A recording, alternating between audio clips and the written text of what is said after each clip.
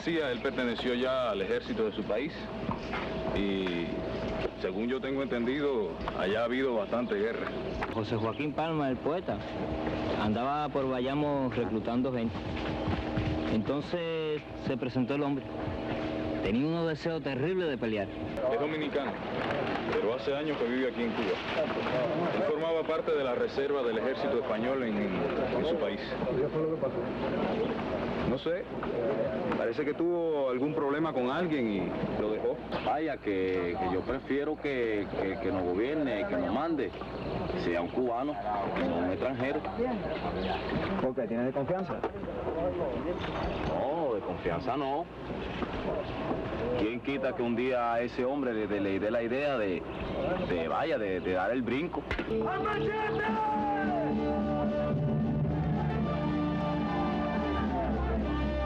Cuando se habla de grandes directores cubanos de cine ya fallecidos en nuestro país, normalmente se hace alusión a Humberto Solás, Tomás Gutiérrez Alea y Juan Carlos Tavío, y se olvida a veces injustamente a Manuel Octavio Gómez, otro de los más importantes. Para acercarnos hoy a su obra, tengo el gusto de conversar con el profesor y crítico de cine José Rojas Pez. Buenas tardes y bienvenido a nuestro programa. Buenas tardes, gracias por tenerme aquí con ustedes y esperemos que tengamos una conversación agradable y fructífera. Yo sé que va a ser así. Muchísimas gracias por acompañarnos hoy, profe. Normalmente cuando se habla de Manuel Octavio Gómez se refiere como uno de los padres de la estilística documental en el cine de ficción.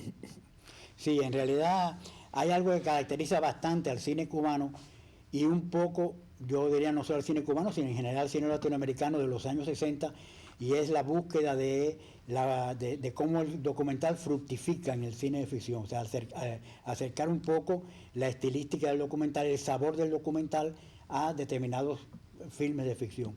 Y en eso Manuel Octavio Gómez sin duda es uno de los primeros, no solo porque parte en sus primeros tiempos de una serie de documentales importantes, por ejemplo La historia de una batalla, que es un documental clásico sobre la alfabetización, sino porque por una serie de documentales en general bastante importantes. Y esta experiencia documental, además con una intencionalidad muy bien marcada, que como te decía, está también presente en Glauber Rocha, en todo el nuevo cine brasileño, en todo el cine latinoamericano, pues esta experiencia documental hace que el cine de ficción también tenga a menudo este sabor documental, o por lo menos que el sabor documental fructifique dando un cine de ficción muy especial, muy característico. Ya lo veíamos en la primera carga al machete, que veíamos al inicio imágenes de esta película. Y ahí está, una película que sin duda es una de las más importantes, no solo del cine latinoamericano, sino diría del cine mundial por todas sus búsquedas y sus logros.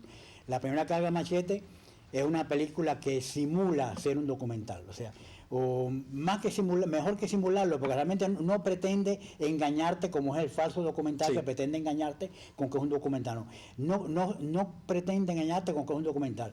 Siempre tú estás viendo con una película de ficción, pero siempre estás viendo también una película de ficción que tiene el sabor del documental, porque va simulando, por ejemplo, el grano fotográfico de la época, la fotografía de la época, va buscando modos en que se conduce no como una película de ficción tradicional de alzamiento, digamos, mambizo, alzamiento independentista, sino que se va conduciendo mediante entrevistas, mediante determinado tipo de escenas que realmente deben mucho a este sabor documental. Es una idea bastante interesante, entrevistar a los mambis, a las personas que intervinieron en la primera carga al machete, las opiniones que tenían de Máximo Gómez. Y además una película muy interesante porque además el valor que le da a la mujer. O sea, yo diría que es la primera película importante en el cine cubano y quizá una de las pocas en todo el cine latinoamericano en este sentido. El papel que tienen las mujeres en la lucha independentista.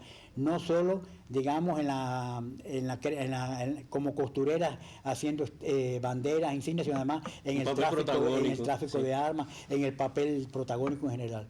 Y es una película muy importante en todo sentido por esta estilística documental, por esta forma de realizarse, por las propuestas que hace idiotemática en general. Cosa que es bastante característico del cine de Manuel Octavio Gómez. El cine de Manuel Octavio Gómez, película tras película, es una propuesta siempre arriesgada. Lo tenemos, por ejemplo, en Los días del agua. Los días del agua, una propuesta muy arriesgada. En el año 70, precisamente, cuando era bastante difícil tocar el tema de la religión. Ahí está los Días del Agua, con una mujer protagónica, que es la que dirige la secta de los acuíferos en Pinar del Río, o los acuáticos también, como se les llama, secta de los acuáticos, los acuíferos. Una secta que conmovió a todo el país, no solo a Pinar del Río, no solo al occidente, por su importancia, además liderada por una mujer. Y esta mujer, Antonica, la milagrosa de los Cayos. Y entonces una mujer protagonizada por Idalia Anreo, que es una de las actrices fetiche de Manuel Octavio, la esposa de Manuel Octavio. Idalia Anreo, que además hacía mucho teatro, una actriz que venía del teatro, procede del teatro en sus primeras experiencias, nunca abandonó el teatro, fue una gran actriz del teatro. Y es importante. Ahí vemos cómo explora las costumbres, lo afrocubano, la tradición. Sí, porque Manuel Octavio Gómez había estudiado sociología y nunca abandonó tampoco la vocación de sociólogo. Esa exploración social del individuo. Continuamente, desde su primera hasta su última película. Por ejemplo, una de sus primeras películas, importante, la segunda, que es Tulipa, donde es la figura de la mujer.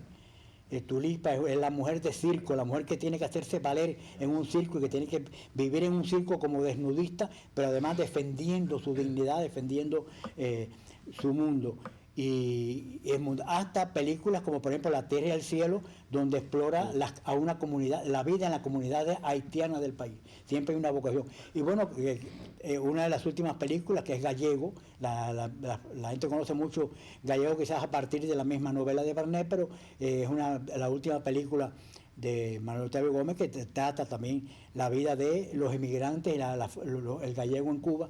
De modo que siempre hay una vocación sociológica y una apertura por esto mismo de muchos temas, lo mismo sobre los problemas y los temas de la religión en Cuba, los temas de la mujer, los temas de las distintas etnias, los temas de la inmigración. O sea, hay una riqueza temática muy, muy importante, además de una riqueza formal increíble. Y el sincretismo religioso, estamos viendo cómo la música forma parte importante en su obra y se integra de forma genérica. Aquí estamos viendo ahora mismo imágenes de Pataquín. Pataquín, esto mismo, o sea, otro riesgo importante en el cine de Manuel Octavio.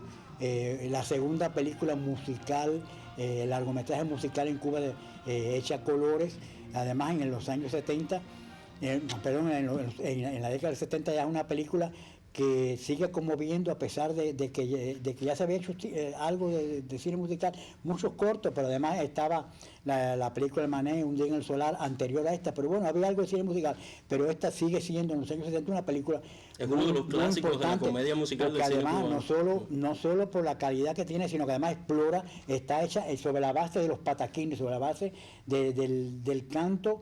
Y aunque no se tiene ellos específicamente, hay una creatividad en esto, ¿no? Pero y algo curioso es que él escribió las canciones. Tiene que ver con los cantos, con los pataquines, pero además hay una creatividad muy grande porque él escribe las canciones y además le da un sabor muy cubano, muy, muy cotidiano. Es saber llevar un poco esta religiosidad y esta musicalidad a lo cotidiano del barrio, digamos, claro que del sí. barrio. Profe, si tuvieras que recomendarnos alguna de las películas de Manuel Octavio Gómez, ¿cuál sería? Bueno, yo te recomendaría varias, no una. Sí. Porque mira, se nos quedó hablar, por ejemplo, en sus riesgos temáticos, por ejemplo, estaba Ustedes tienen la palabra, una película que aborda la responsabilidad del dirigente y cómo a veces sucedían cosas, los obreros, y pasaban cosas malas por culpa de un dirigente y no por culpa de otras cosas. O sea, había riesgo siempre político en todo esto. De modo que son muchas las películas que podemos recomendar.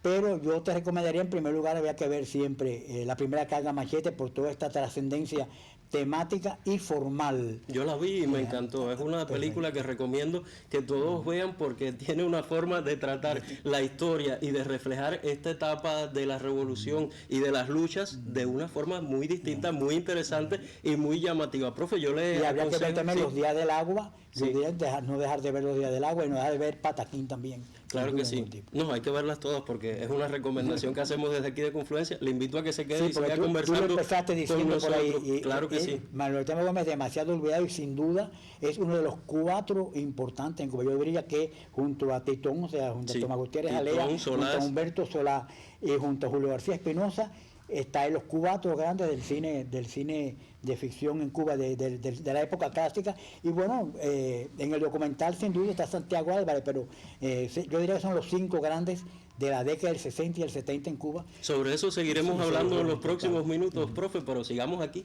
en Confluencia. Perfectamente.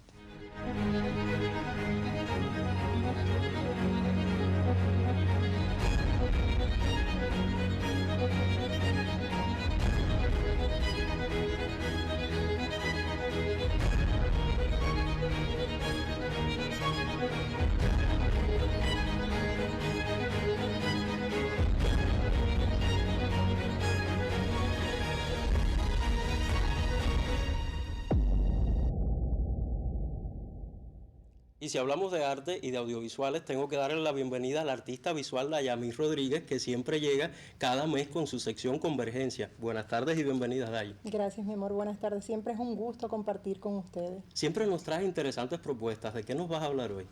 Bueno, hoy te traigo 2 pequeños clips de un material que son 2 videos danza de las producciones que hemos estado haciendo durante 7 años. Y uno se llama Fácula y el otro se llama Picatris. Fácula es un video danza al cual nosotros llegamos justamente a una convergencia de criterios estéticos, de conceptos, los cuales también andábamos buscando en una búsqueda desde el principio, en el cual logramos integrar 3 disciplinas que eran las artes plásticas, la danza y el audiovisual. Y me decías que son coreografías, están basadas en coreografías de la destacada primera bailarina de ecodanza, Bianchi González. Sí, son obras originales los 2 de la coreógrafa Bianchi González, que en este caso, por primera vez, porque en otras producciones que nosotros hemos realizado, yo siempre la había invitado como dirección de coreografía, pero en este caso Bianchi se involucró bastante, al punto que logramos dirigir en conjunto las 2 piezas, además de ser obras originales de ella. Yo estoy seguro que nuestros televidentes quieren ver un adelanto, así que vamos a ver.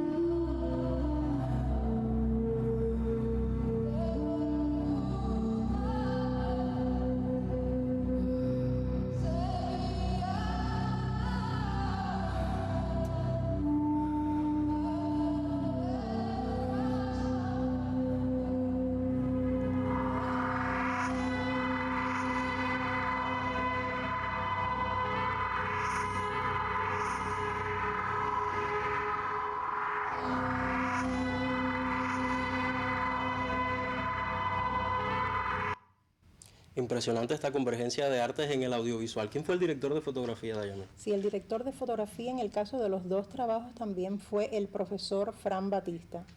Déjame apuntarte que es primera vez que nosotros hacemos un trabajo en conjunto, colaboración del Teatro Edi Suñol, dentro del teatro como tal. O sea, hubo que pensar las cosas diferentes a como comúnmente en una videodanza de las que hemos hecho, que utilizamos los escenarios naturales, que evidentemente nos aportan mucho también, lo mismo en fotografía que en concepto, contenido. Y en el espacio, en el espacio. Sí. Y la estudiante que interpretó Fácula, que fue Camila, que también por primera vez estamos trabajando en los 2 trabajos con estudiantes de la Escuela Elemental de Danza, que ha sido bien complejo, o sea, todas las horas de ensayo que conllevó, todo el montaje coreográfico que conllevó, muy detalladamente en movimientos cuadro a cuadro con estos muchachitos de la EVA. Y en la segunda propuesta, como decías, también participan los estudiantes. Exactamente. ¿De qué se trata esta propuesta? Bueno, Picatrix es un trabajo que conlleva mucho más tiempo que Fácula. Es un trabajo que tiene 3 cuadros por 3, locaciones diferentes, en las que cada locación se trabajó los movimientos coreográficos completamente diferentes, en conjunto también al movimiento de cámara. O sea, estos 2 trabajos últimos que hemos hecho fue un trabajo donde hubo mucho más trabajo de mesa, mucho más trabajo de taller, mucho más diseño de montaje que los trabajos anteriores. Y creo que de alguna manera siempre, cada trabajo que nosotros vamos llegando a la realización, vamos integrando también muchos conceptos plásticos y códigos que anteriormente no habíamos manejado dentro de las otras videodanzas. Dayami, gracias por siempre traernos estas interesantes propuestas y por venir con tu sección Convergencia. Te invito a que regreses, por supuesto, el próximo mes y nosotros vamos a ver ahora esta videodanza Picatrix.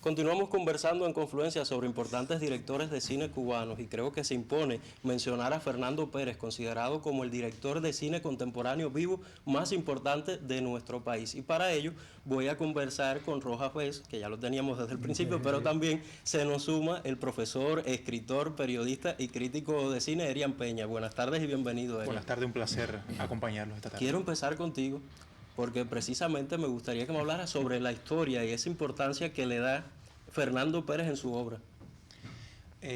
Fernando, tal como decías, me parece que es uno de los directores más importantes del cine cubano, sumando a los que Rojas ya te había comentado, ¿no? Pero junto con Tomás Gutiérrez Jalea son esas 2 puntales en cuanto al cine de autor. Lo que Pasolini decía, que había un cine más narrativo o un cine más de poesía. Sí. Fernando es uno de estos directores que se inclina hacia un cine más poético. En su obra, la historia es un punto importante, porque Fernando viene también de la documentalística. O sea, entra en 1962 al ICAI y 25 años después entra como asistente de producción, sí, con apenas 18 años. Y 25 años después hace su primer largometraje, después de un transitar por el mundo del documental, que era una política que existía en el ICAI. O sea, todo director primero se fogueaba, trabajaba en la documentalística y después era que ya le daban, de alguna manera, las riendas de un largometraje de ficción. Y Fernando en el 87 estrena Clandestino, su primer largometraje que marca esa búsqueda estética y esa búsqueda también con la experimentación de lo estético, pero con la temática de la historia. De interpretar la historia, no reflejarla solamente, claro, sino interpretarla. Porque es, digamos, al menos lo que creo yo, una mirada a el ser humano dentro de la historia. O sea, eso que llamamos la macrohistoria, la historia en mayúscula, y cómo el ser humano va a estar moldeado, va a estar suscrito o inscrito dentro de esa historia mayor. Lo mismo pasaría con Martí y el Ojo del Canario, que sería una película histórica, pero donde las vivencias, los problemas, los miedos incluso, de Martí, como cualquier otro adolescente, van a marcar la película. Y creo que es digno de destacar su dirección de actores porque las actuaciones son muy creíbles. Estábamos viendo ahora mismo Clandestino y esa escena icónica. Esa escena final de Luis Alberto García e Isabel Santos a la final. Fernando insiste en que él no es un director de fotografía. Disculpa, un director de actores. Sí. Que él más bien conversa, dialoga e intercambia con los actores. En el caso de Martí, él dice que él lograba incluso tener con este actor una serie de confesiones y secretos, donde el actor le contaba secretos y él le daba los suyos, para lograr esa especie de intercambio necesario a la hora de lograr esa sincronía que tanto busca un director, que le ofrezcan los actores. Profesor, y también, pensando, sí, me gustaría a partir también, de esto mismo, claro. sí. Perdón que te interrumpo, pero No, si lo que le iba a dar hay sí. una buena onda de interferencia. A partir de esto mismo, es interesante también recalcar la diversidad de gama que tiene Fernando, no solo en el tema, sino en el modo a veces de conducir a los actores y la trama en general. Porque no es lo mismo, por ejemplo, la forma en que él trabaja una película como, Madagascar, por ejemplo. Madagascar es una película bastante cáustica, una película donde Laura de la U tiene que hacer su estrellato prácticamente, donde además se consagra aquí, aunque ya había trabajado en otras películas antes, de un modo muy distinto a como trabaja, por ejemplo, en Hello Hemingway, que es una película con otra característica, con una poética muy distinta, donde hay un poco hasta de ternura, ¿no? Mientras en Madagascar más bien lo que hay es un poco de ansiedad, un poco se siente mucha frustración. En Hello Hemingway hay mucha más ternura. O como trabaja en Su Hija Habana, que tiene puntos de contacto también con Manuel Octavio Gómez entre el documental y el cineficción. O Insumisa. O también como se ve, digamos, en una película como Madrigal, una película muy compleja, una película más compleja, donde, dicho sea de paso, se destaca sobre todo Ana de Armas. Creo que es la primera película fuerte, sólida, la primera actuación sólida que tiene Ana de Armas en el cine. Y en una película esa como en dos partes con mucha complejidad, de modo que Fernando siempre, una gente también de un registro muy diverso, pero siempre también muy arriesgado, pero siempre muy bien calculado. Pues como decía, película tras película siempre hay algo distinto. No es lo mismo Insumisa, que es una de las últimas, para hablar de las que más recuerden quizá el público, de las últimas, Últimos días en La Habana, o la temática de la homosexualidad, el SIDA, etcétera, la inmigración. Insumisa, la temática de la mujer que tiene que hacerse pasar por otro sexo para sobreponerse a determinadas circunstancias. Y entonces, pero además hay distintos estilos también, sabe adaptarse un poco al estilo, porque como decíamos, no es lo mismo a veces la búsqueda de una poética tierna con una poética más frustrante, más rompiente. Y es necesario hablar también, profe, de su vínculo con Raúl Pérez Ureta, recientemente fallecido, porque la dirección de fotografía más la dirección general de Fernando Pérez es increíble.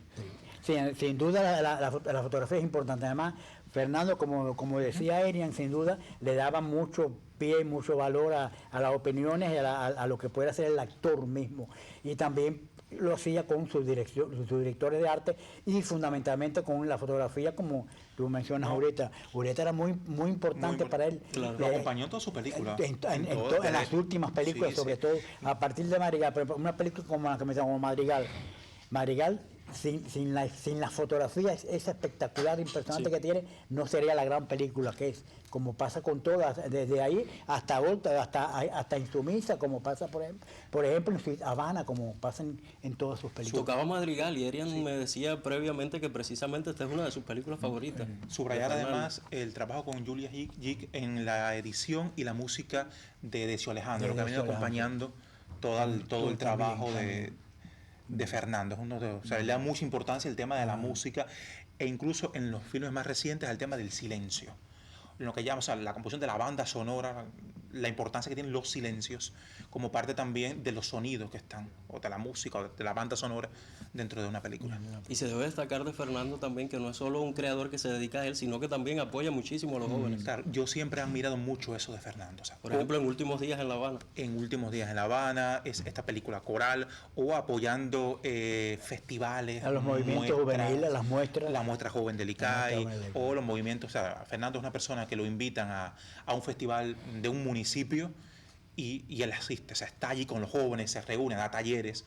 Es como una especie, yo creo que mi generación, ya llevando el plano de los realizadores como tal, han visto a Fernando esa especie de padre intelectual por lo cercano y también por el nivel estético o de búsquedas, de atrevimientos formales que ha tenido Fernando en el cine. Y cómo ha seguido varias generaciones. Claro, o sea, las personas... Desde nuestros padres... Las personas que tuvieron clandestinos, como esa película en el 87. Y sigue estando en la preferencia. Y sigue estando en la preferencia. Tiene Fernando un director que ha sabido explotar una serie de símbolos, de metáforas visuales, o sea, metáforas en su obra, una serie de intertextualidades, ya llevando al plano más semiótico. O sea, hay una presencia del agua, una presencia del mar, de la ciudad. La ciudad viene a ser incluso un macro tema, un tema que viene a circular sobre la ciudad, La Habana. Sí, películas incluso que han quedado como difíciles, como La vida de Silvar, claro, por ejemplo. La Habana tiene un protagonismo muy importante, la infraestructura citadina, ¿no? Y dentro de esa infraestructura citadina, que es la arquitectura, los habitantes de la ciudad. Yo sé que de seguro han quedado convidados para regresar a nuestro programa y seguir hablando de cine, pero eso va a ser en otra ocasión, porque ahora ya nos vamos a despedir hasta el próximo viernes a las 4:30 que vamos a seguir celebrando el arte holguinero, y nos vamos a despedir con una película que me sugería Erian, de Fernando Pérez, Madrigal. Dentro de 5 minutos comenzamos, aunque haya una sola persona en el público, ¿bien? Hay una sola persona en el público.